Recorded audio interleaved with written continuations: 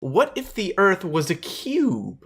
Yeah, so you looked at gravity and stuff. I looked at the way that the sun affects the Earth if the Earth was cube, because the Earth rotates and it revolves around the sun, so the sun hits the Earth in different ways.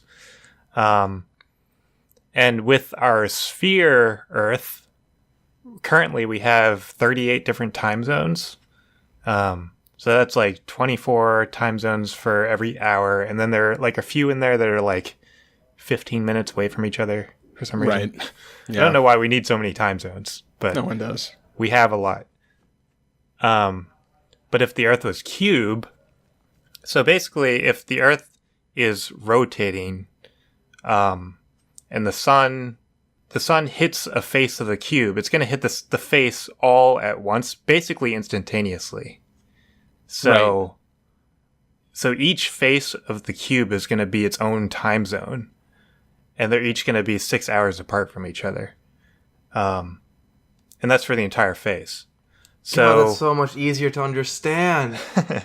And I guess actually like time is almost just like day and night. Like there's no like sunset really anymore because it's just kind of like there might be some, I guess like, there's some gradual, yeah.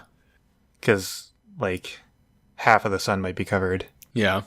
And then for the top face and the bottom face, because it's still revolving around the sun, for like 6 months of the year, the top face is going to be just completely night, and for the other 6, it's going to be day. There's going to be a 6-month day-night cycle for the top and bottom faces. Which is kind of just what we have at our extreme poles already, but for like But for the entire sixth of the face. planet. Yeah. Right.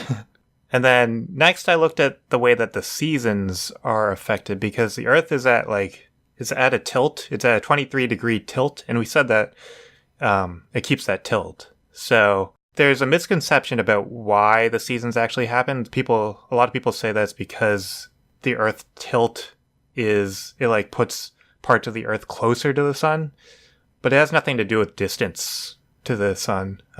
Maybe that might be a little bit of it. That might be like a small factor, but the main factor is the angle that the sunlight hits the Earth at. Mm-hmm. So like, for an example, if you hold a flashlight and you just like hold it straight down to the ground, that concentrates more energy than if you angled the flashlight a little bit. Then that same amount of energy is spread out over a wider area. So each spot gets hit by less energy. So that the same thing happens with the Earth. So our spherical Earth, the equator gets hit directly by sunlight at like a perpendicular or almost perpendicular angle. So it gets the most energy, and then the poles get like angled sunlight. So they're colder. So if it was cubed and all the faces were the same angle away from the sun, then the entire face would be hit by the same amount of energy. So basically, the 4 outside faces would just be the same climate as the equator, and then the top and bottom would be the same as the poles. And there wouldn't really be that much variation throughout the year. So I told that to Ben, and Ben told me something that I didn't really consider. He mentioned water and air currents. So in this situation, as Ben mentioned, each face is separate from each other. So there's no connection between all the faces, which means that the water mass and atmosphere mass, they're all separate on each face, and there's no transfer of heat from them to the other faces. Right. So like on our Earth now, like the cold waters from the poles transfer over to the equator area, and it kind of evens out. That's not going to happen. All the outside faces are going to get warmer, and the top and bottom are going to stay cold. There's not going to be that equalization effect. And then another thing I found with relation to the climate is because the atmosphere is all gathered into one like dome at the center of each face, it's going to be more dense. So it's going to have a higher pressure. And we found that the pressure of the atmosphere is actually 3.5 atmospheres. So 3.5 times our atmosphere.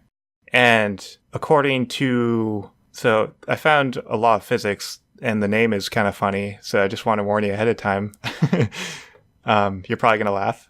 But the law is called Gay-Lussac's law. And this law basically just says that the pressure and temperature of gas is related. So if you increase the pressure of a gas, then the temperature will increase. Right. So with our new atmospheric pressure, that means our temperature is going to raise by about 150 degrees Fahrenheit. Oh, that's not good. Yeah, that's not good.